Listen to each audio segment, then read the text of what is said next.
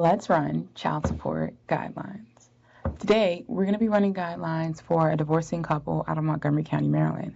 We've got Monique A., who is a trial attorney for the Department of Justice, and we have Anthony A., who is a marketing consultant.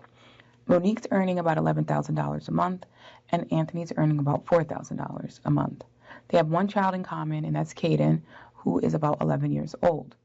They have a few expenses for Caden. Monique is currently paying $450 for Caden's health insurance.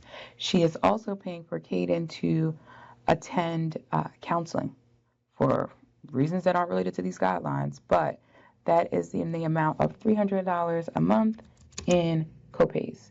And she's also paying about $20,000 a year for Caden to attend private school. So I put that in there. And Anthony has primary custody of Caden.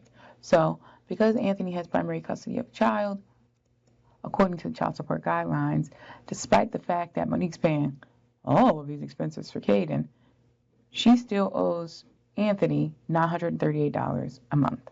Now, if Monique had sole custody, oh wait, that's because I didn't put his, no, it's in there. All right.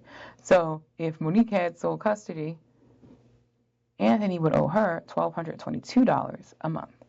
Now, that might seem unfair, but if you look at the income of the total gross income, their adjusted combined income is $15,000, right? And of that $15,000, 73% of that is Monique's income, whereas only about 26% of that is Anthony's income. And so the proportion of how much they both have to pay to support their child based on the combined income is different, right? It's based on what they can afford to pay based on his combined statutory needs. So, yes, it looks really skewed that she has to pay this much. But that's all because it's either, I've done guidelines for if she's got sole or he's got sole. If they had shared, it's a completely different scenario. If he's got shared, he's got the minimum overnights, it's about $758. If he's got like 135, which used to be the standard to get really shared, long story, he would only owe $312. If they had equal overnights,